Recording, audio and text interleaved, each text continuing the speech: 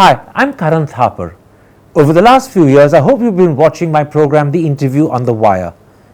During that period, I've interviewed doctors, politicians, businessmen, scientists, authors, and even the occasional Nobel laureate. For me, it's been exciting. I hope it's been enjoyable for you. But these, as you know, are tough times, and if this program is going to remain bold, independent, and sometimes even defiant, then I think we need your support. At the end of the day, it's a truism, but editorial independence is best defended by the viewers. So if you would like this program to remain the way it is, forthright, outspoken, and interesting, then would you consider supporting us? All you have to do is to click on the description at the bottom. But more than anything else, I hope you will continue to watch the interview. Your viewership means an awful lot to me.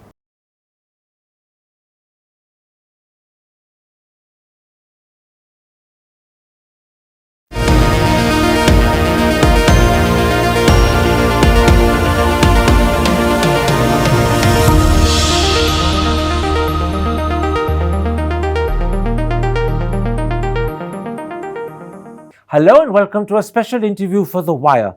Widespread reports that cough syrups made by Maiden Pharmaceuticals in India are responsible for the deaths of 66 children in the Gambia have once again brought to the fore worrying concerns about the manufacture of medicines in India. Are Indian drugs always safe and are they always effective? Are Indian-made generic drugs as good as the original drug?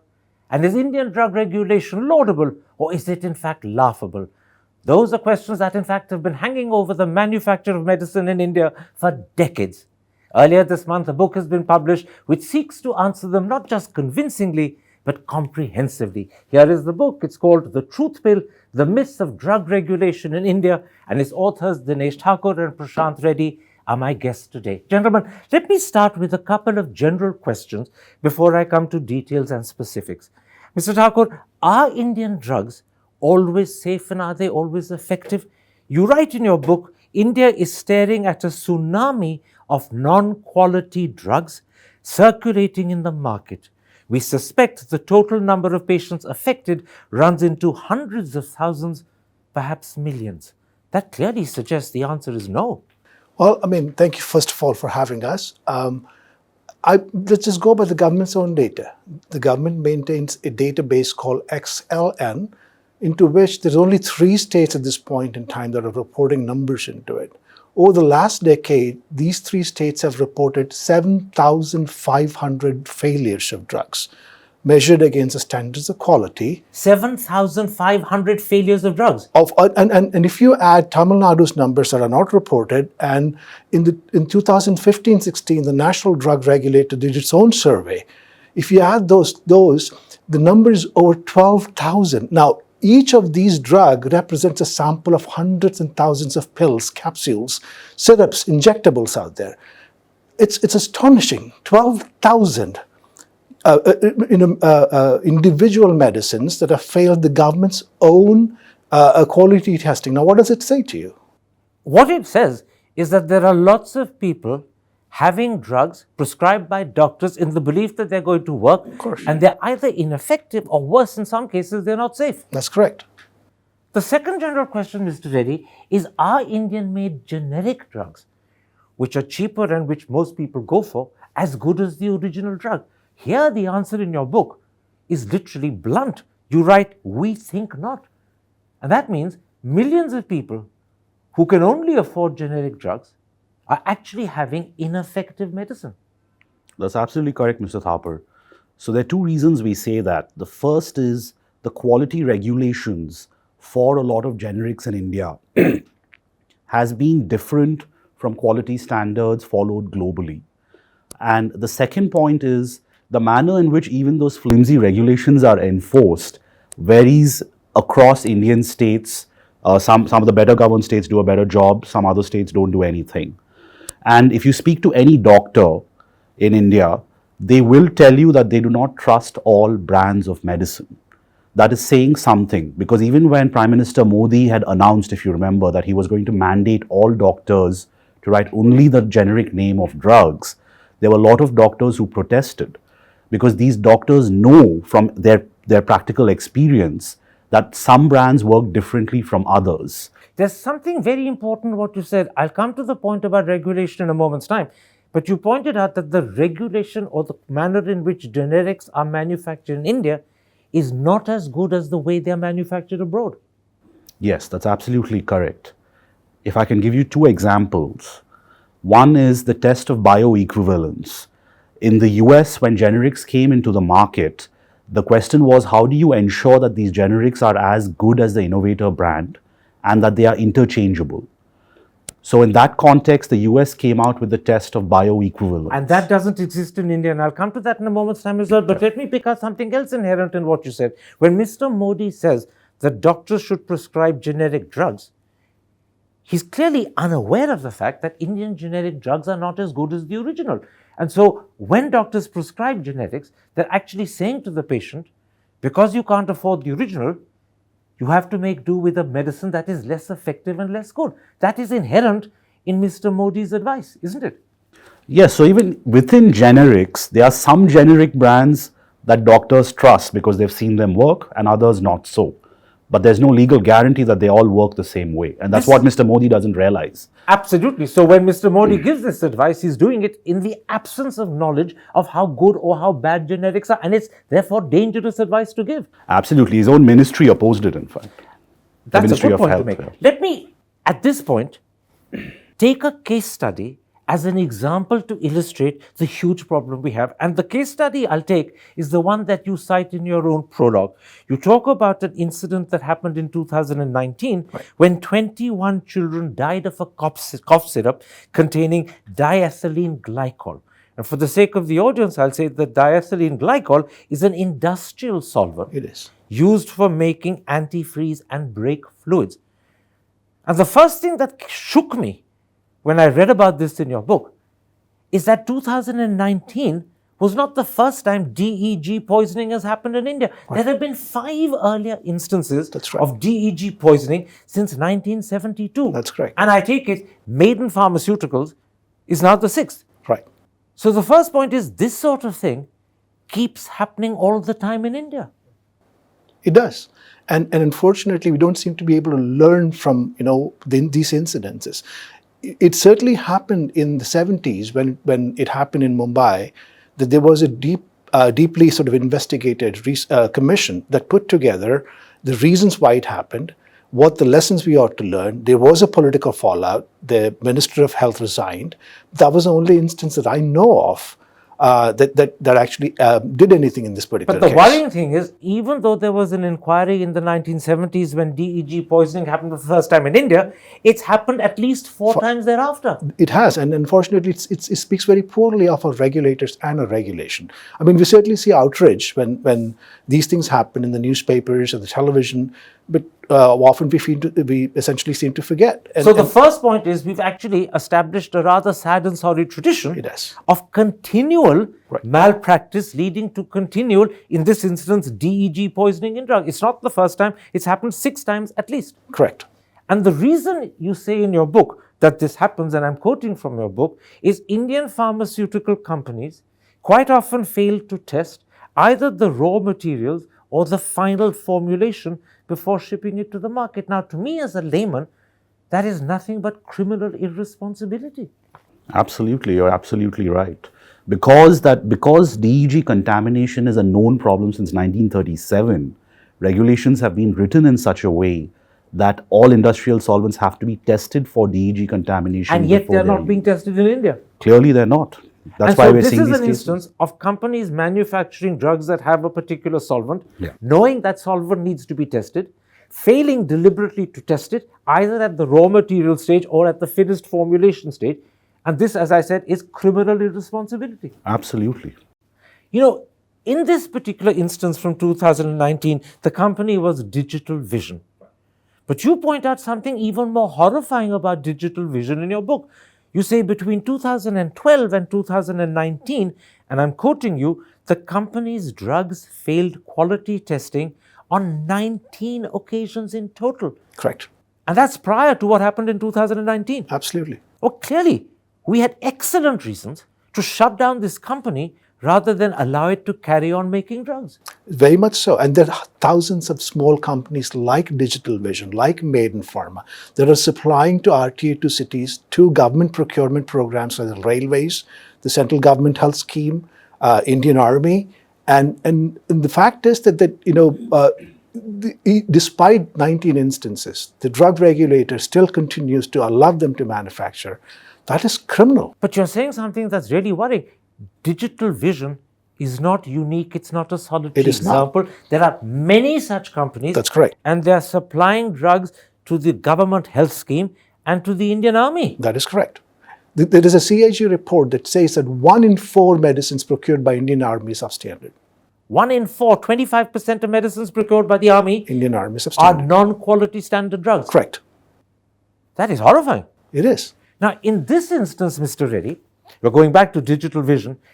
The Himachal Pradesh drug controller, under whom Digital Vision falls, had actually informed the Himachal Pradesh court that Digital Vision lacked a proper facility to test for DEG contamination.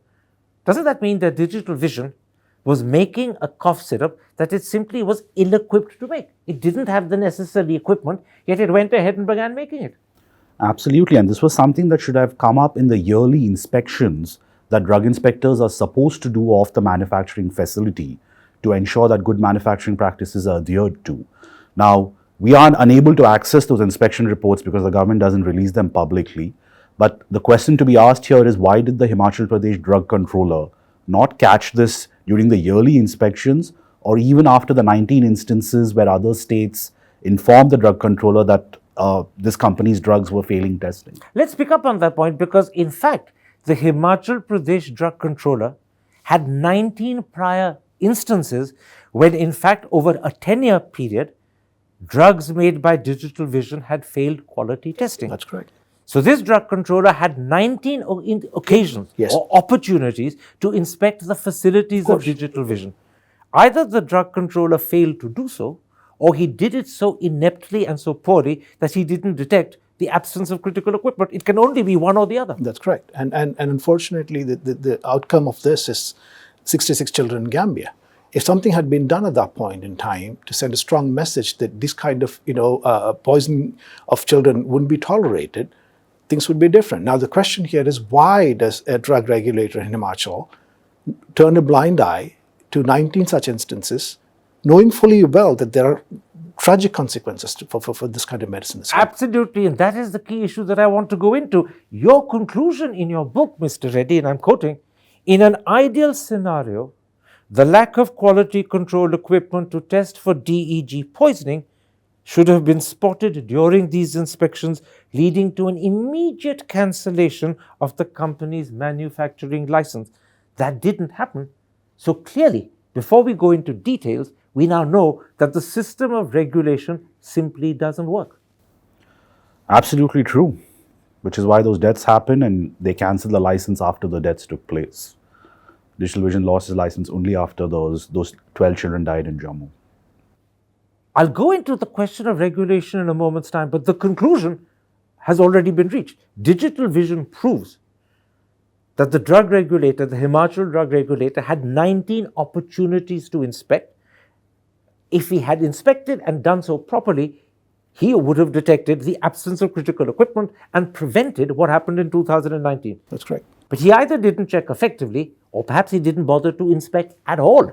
We don't know which of the two. But this proves that drug regulation doesn't work in India. You're absolutely right. If we had a system where the drug controller was forced to publish his inspection reports, that would have, there could be some kind of scrutiny by ordinary citizens on how well the drug controller is doing But his reports are not published, so no one can scrutinize, and therefore no one knows whether he's inspected or not. Exactly. It's completely opaque. Before I come to drug regulation, because that is absolutely at the core and the heart of your book and at the core and the heart of the problem we're discussing, let me, for the sake of the audience, briefly touch upon two fundamental tasks that regulators are supposed to do. These are primary tasks for them. Right. And I'll discuss them first because then the failure of regulation will come home to our audience in a big way. The first task is to actually check whether new drugs justify the claims made by the manufacturer. That's correct. Manufacturers make all sorts of claims on the labels. regulators have to check whether they are valid Yes. or whether they're exaggerated. Right. Now, you cite the example of a company called All Care Laboratories Yeah. making azithromycin tablets. Correct. And you say that instead of 200 mg of azithromycin, Right. they only contained 25.69, Right. which is just about 12.85%. Right. And you conclude, and I'm quoting you, there is a high possibility of the patient dying Right. because the tablet simply did not have enough of the active ingredient to control the infection. That's In correct. this instance, not only had the regulator allowed a drug to be sold on the market which was woefully below what the label claimed, Right. but also the drug was so ineffective that a patient being treated with that drug could have died. Absolutely. And that's the sad part about this, right? So not only that there is a real harm to the patient, but in this particular instance, what we're also doing is essentially allowing these pathogens to mutate because they're not properly treated. I mean, tuberculosis, which is endemic to us in India, it's not an issue that West deals with, has become resistant to many of the frontline antibiotics right now. We have multi-drug resistant tuberculosis. Just to clarify for the audience, you're making 2 points. One, an ineffective drug means that the patient won't be treated, the patient could die. Correct. But it And also means larger that the issue. disease won't be treated and the disease could mutate and become worse. Exactly, and that's what we're seeing that right now. Frontline antibiotics aren't effective against some of these pathogens that are causing Tell me, disease. how common are cases like the All Care Laboratories azithromycin example? How common is it? There are many of this. So one of the things that we do in our book is in those states where we were able to actually look at court proceedings because we wanted to see exactly how these things sort of attain finality. We review judgments of judicial magistrates where by law a drug inspector who finds this kind of substandard drug is supposed to actually prosecute the manufacturer. And in many of these instances, as we document in the book, there's very little in the way of accountability for people who do And this. there are many examples like All Care Laboratories azithromycin. So in other words, there are many drugs on the market which are not what the label claims they are. So just to give you an idea of the 7,500 instances in the government's own database, 1/3 of them failed because there was not enough active ingredient in it. One third of 1/3. 7,500 cases on the government's database. Correct. And 1/5 of them failed because they did not dissolve properly once taken in, because the drug has to dissolve in your stomach in order to be effective. It just came out the other end without dissolving properly. So 1/5 of them failed because it didn't dissolve. 1/3 of them failed because it did not contain. The regulation says there's a margin of 10% on either side. So if it says 100 milligrams on the label, it can have 90 milligrams to 110 milligrams. But not 12%. Not 12%. Now, the second big task facing regulators is to check whether generic medicines made in India, and I'm talking specifically about India, are as good as the original drug. And as you mentioned a moment ago, this requires a process called bioequivalence testing. That is how you determine whether the generic is close to or as good as the original. And this is what you write in your book. The lack of mandatory bioequivalence testing has resulted in the approvals of hundreds, if not thousands of brands of generics in India, and it is very likely that many of these brands have adversely affected the lives of patients. So just because a simple but necessary test is not the norm, it may happen in some cases, but it's not the norm, questionable quality generics are being sold to people who buy them in the hope that they will recover, only to discover that the medicine is pretty close to useless. Yes, so I mean, the government finally in 2017 did make it mandatory for bioequivalence testing, but most of the drugs on the Indian market were licensed prior to 2017, and those regulations never applied retrospectively, despite the recommendation of an expert committee. Are you saying that all drugs, regardless of when they were licensed after 2017, have to go through bioequivalence testing? Or are you saying those that were licensed before 2017, even after 2017, don't need bioequivalence testing? Which of the two? The first, after 2017, whatever was licensed has to go through bioequivalence testing. Even if the license was issued before 2017? No, I mean, if they're given a license post 2017, then they need bioequivalence. then they require But all bioequivalence drugs that got a license before don't require bioequivalence. which is a large part of our which drug is- supply. Which is a large part of our drug supply. Which means that the large part of our drug supply, despite the change in regulation in 2017, is still being produced without That is correct. bioequivalence testing. That is correct. Just for the sake of the audience, I'll clarify that all drugs licensed, Yes. I'm talking of generic drugs, Correct. licensed before 2017, Correct. can continue to produce and sell without bioequivalence testing. That's correct. Which means those can continue to be Made substandard. below quality substandard drugs. Yes. The government hasn't made this regulation apply retrospectively. That's correct. Yeah, an expert committee of its had told the government that within 3 years, make sure all the brands on the market are tested for bioequivalence. But that's all post 2017, not pre. No, they wanted even the earlier brands to be tested. But that didn't happen in That the didn't regulation. happen. That didn't happen So in the the government has regulation. passed a regulation thinking that they are curing the problem of poor quality generics, but because they didn't retrospectively make it effective, the large number of drugs produced before 2017 Still are still generically non-quality drugs. correct. Yes, that's true. In other words, the measure the government took is a pretty close to ineffective measure. isn't it? Absolutely. You're saying absolutely. Absolutely. This brings us straight to the question of regulation. Right. And there are several points here. Let me take you through them one by one. Sure. First of all, you cite several court judgments which suggest, and I'm quoting, there's a suspicion that those responsible for the investigation Yep. and prosecution of offences are willfully committing errors because they have been bribed. Yep. How common is bribery? It's very difficult to establish, right? I mean, how we couldn't actually go and establish that. But the thing is, what we document in the book is there are many cases that are litigated in the courts of judicial magistrates for several years. And after one fine morning, a sentence, the party pleads guilty, a sentence is pronounced, and the sentence is such a essentially slap on the wrist that it doesn't really merit even the government's own law, what it says in law, that needs to be imposed in this particular situation. The law says if you're convicted of making substandard drugs, minimum you're supposed to go to jail for a year and pay a fine. What you essentially get at that point by the judge is imprisonment on the standing of the court, which basically means once the couple judge of hours. rises. Yeah. But this is what leads you to believe that some form of bribery has happened. I can't connect the dots and actually make that But assertion. this is the suspicion. This is a suspicion. And clearly the court judgments you cited Yes. share that suspicion. Of course. And it's not one, it's across states. So your feeling is bribery across states with drug regulators in each of the districts or jurisdictions are possibly being bribed. We don't know for We don't sure, know for sure. but that suspicion is there and it comes out of court judgments. And the data is all there to see. Now, secondly, you write, Indian drug inspectors rarely, if ever, conduct inspection of facilities as part of their investigations. Instead, they simply write to the pharmaceutical company asking for a copy of the manufacturing records of the batch in question. In other words, they take the easy, lazy approach. Well, lazy, yes, that's possibly one answer. The other more complicated answer is that there are actual questions of territorial jurisdiction, because the way Indian drug regulatory law is written, say a drug controller in Karnataka, he cannot go and raid a facility in Himachal Pradesh because he doesn't have jurisdiction there. He has to cooperate with the local drug controller in Himachal Pradesh. And the local drug controller may not concur. Exactly. And this is to do with the fact that India has something like 35, 36, 38, yeah. 38 drug controllers. Each state and union territory has its own, and in each union territory, the drug controller of that territory is supreme.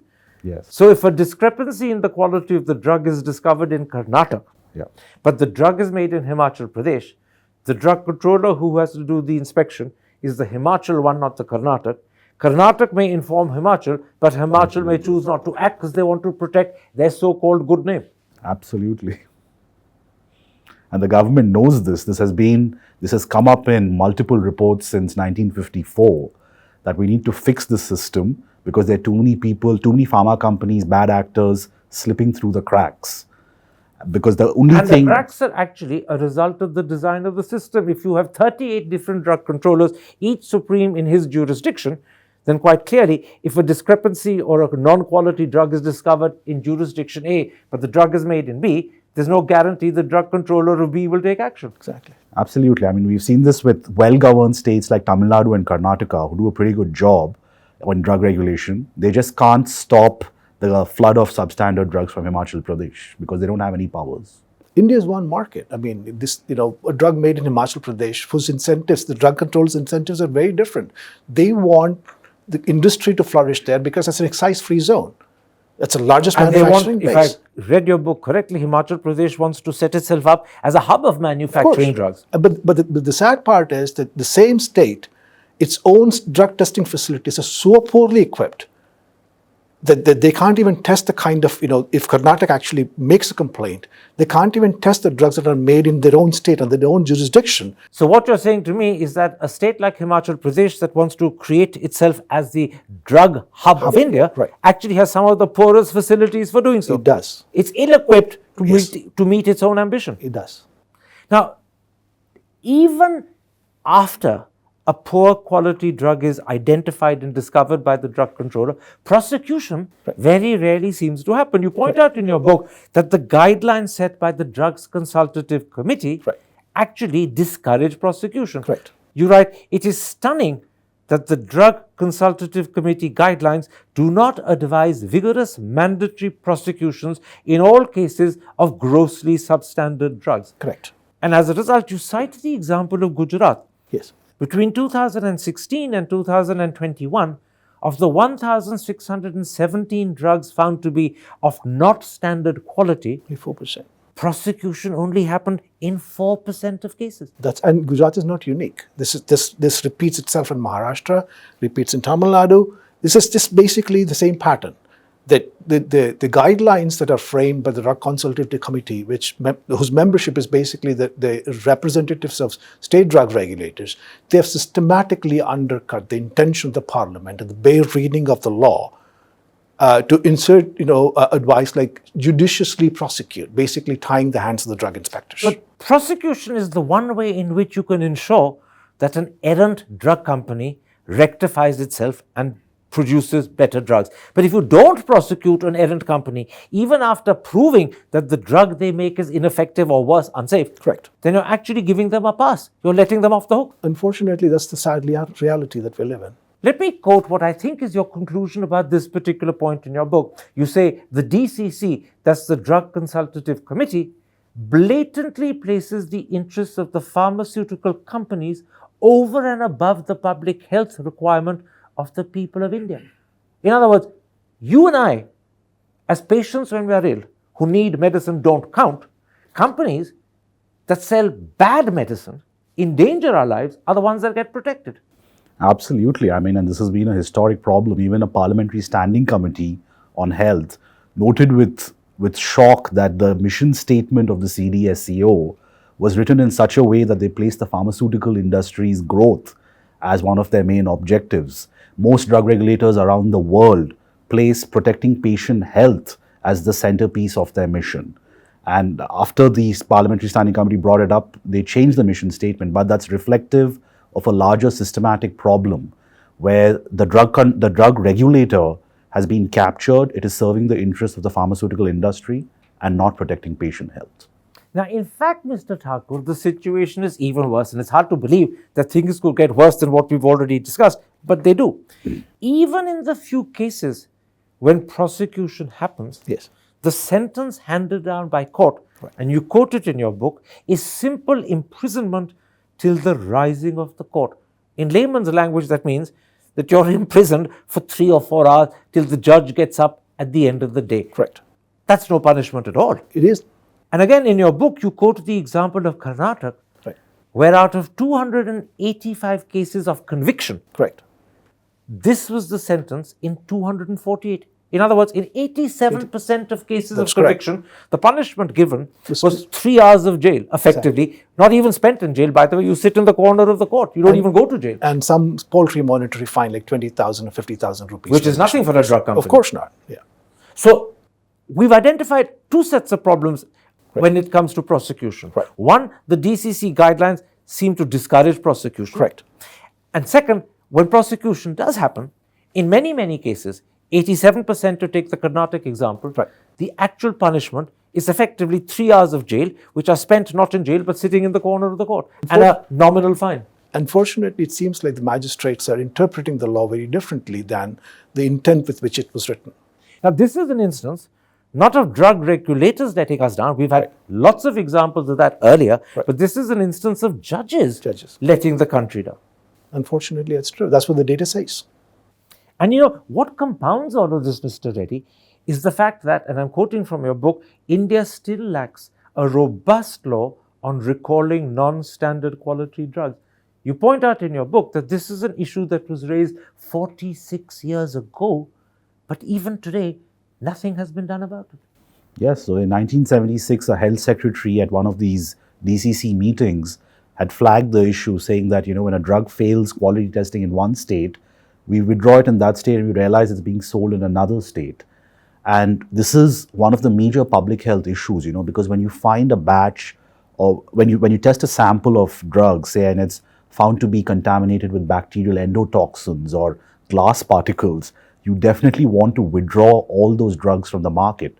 But we don't have a system, and very often it leads to deaths. For example, in the Jammu case, in January 2020, there were 11 kids who died. 8 months later, there was a 2-year-old child who died after consuming a different brand from the same manufacturer. And this is because the drug was not effectively recalled. Exactly. There was no investigation. And this is the same point we're raising in the Gambian incident. That company is manufacturing cough syrups even for the Indian market, and the government is not being transparent. Although the government has officially, I believe, said that what was being sold in Gambia is not being sold in the Indian market, but you're saying that's not the case. No, we're saying that they're selling different brands of cough syrup, but if they were not testing for the export market, what's the guarantee they were testing for the Indian market? Absolutely. This company, Maiden Pharmaceutical, should have been shut down immediately. Exactly. Now, you've raised many of these issues with the health ministry, and I'm going to quote what you write about their response. The ministry has not even acknowledged our petitions, much less provide substantive replies. In other words, you've raised the problem, the government is aware of the problem, but if they don't reply, it means they don't care.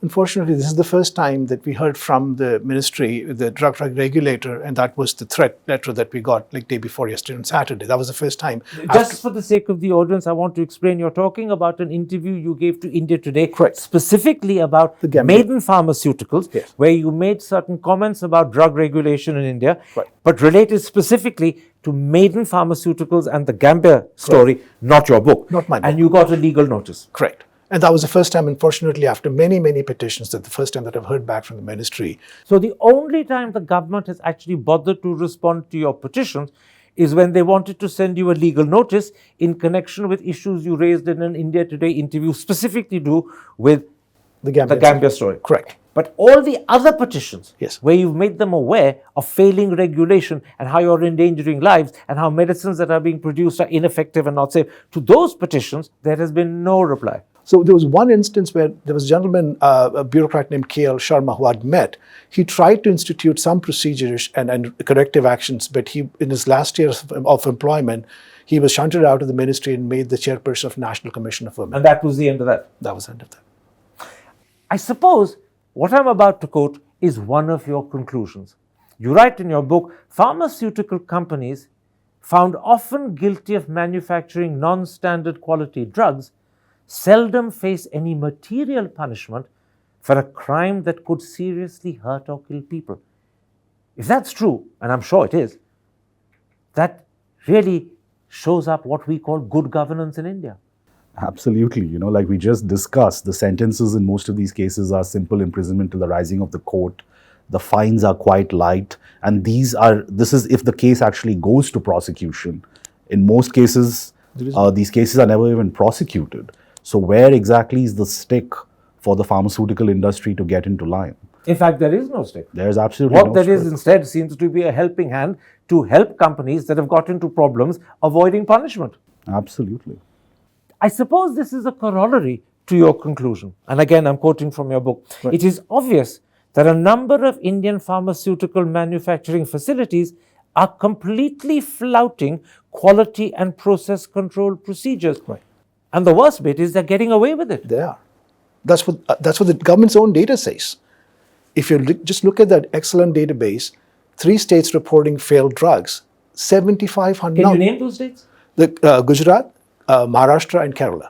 Those are the 3 states that actually report, their testing data into the database. And that was, in fact, the base on which, the source from which you began this interview when you cited 7,500 failed drugs and a total of, I think it was 12,000 failed drugs. When we add the government of India and Tamil Nadu numbers, right? 12,000 failed drugs. Yeah. In other words, companies making up to 12,000 drugs. Yes. That's still in business. Innocent people are having in the belief that they will be cured, right, are actually getting away with flouting all control procedures and getting away with making substandard drugs. That's what the data says. You know, Mr. Reddy, the story both of you have told, and it's the story that is at the very heart of this book, and I'm holding it up again, is horrifying, but it's actually something more. It's frightening. Do you see anything changing? Well, unfortunately not. In most countries, when children die, that is a catalyst for reform. In the early 20th century in Europe and America, every drug reform measure was catalyzed by the death of either children or adults. The sad part in India is even after those 12 children died in Jammu, there was barely any reporting in the newspapers apart from the North Indian newspapers. Let's go back to digital vision. 21 children died when they had a cough syrup that had diethylene glycol. That was in 2019. Does the company continue to manufacture drugs today? Yes. Its license, the drug controller set aside its license, and the Himachal Pradesh High Court intervened and said that, okay, the company cannot manufacture any cough syrups, but let them manufacture other drugs. And as far as we know, when the book went to print, the Himachal Pradesh drug controller was yet to file a criminal prosecution against the company. So a company that killed 21 people through, I'm saying, deliberately faulty cough syrups because they didn't do the testing, is now permitted to carry on making drugs, and there's no guarantee that the criminal lapses that happened in the cough syrups won't happen in the other drugs. But the Indian system accepts this. Absolutely. That's the tragedy. And an Indian judge's ruling made this possible. Yes. I think judges obviously sort of go by the representations that they are made. If the state Surely judges should go by justice and reason rather than representations made by lawyers, which could be misleading. Of course, but in reviewing all of the judgments so far, it doesn't appear that perhaps the specialized knowledge that's required of adjudicating these kind of situations is not all that prevalent. So I'm going to come back to that question that I began with. Yeah. A lot of Indian drugs are unsafe or not effective. Yes? Yes. And a lot of Indian-made generic drugs are simply not as good as the original drug. That is correct. And regulation in India is laughable, it's not laudable. Well, unfortunately, that's the reason why we had to write this book, put together all this data in the hope that at least it'll start a conversation about this issue. And that means that every time an Indian citizen, rich or poor, takes an Indian-made drug, he or she doesn't know whether it's effective, whether it's safe, and if it's a generic, whether it's as good as the original. You take it in the belief you'll recover, but you may never recover because the drug may be faulty. Well, most doctors essentially develop their own sense of clinical evidence and adjust for the dosage, like, they figure out which brands work, which don't. There is no systematic way of doing this. Which is why Mr. Modi's advice, right, prescribe generics rather than brand, is very dangerous because we now know that Indian-made generics are often substandard. That is correct. Gentlemen, I'm not sure what to say. Thank you for opening our eyes, but you've probably frightened the audience enormously. This book deserves to be very, very widely read, and in particular by the Health Ministry. Thank you very much indeed. Thank you, Mr. Thakur. Hi, I'm Karan Thakur. Over the last few years, I hope you've been watching my program, The Interview on the Wire. During that period, I've interviewed doctors, politicians, businessmen, scientists, authors, and even the occasional Nobel laureate. For me, it's been exciting. I hope it's been enjoyable for you. But these, as you know, are tough times, and if this program is going to remain bold, independent, and sometimes even defiant, then I think we need your support. At the end of the day, it's a truism, but editorial independence is best defended by the viewers. So if you would like this program to remain the way it is, forthright, outspoken, and interesting, then would you consider supporting us? All you have to do is to click on the description at the bottom. But more than anything else, I hope you will continue to watch the interview. Your viewership means an awful lot to me. Thank you for your time. Goodbye.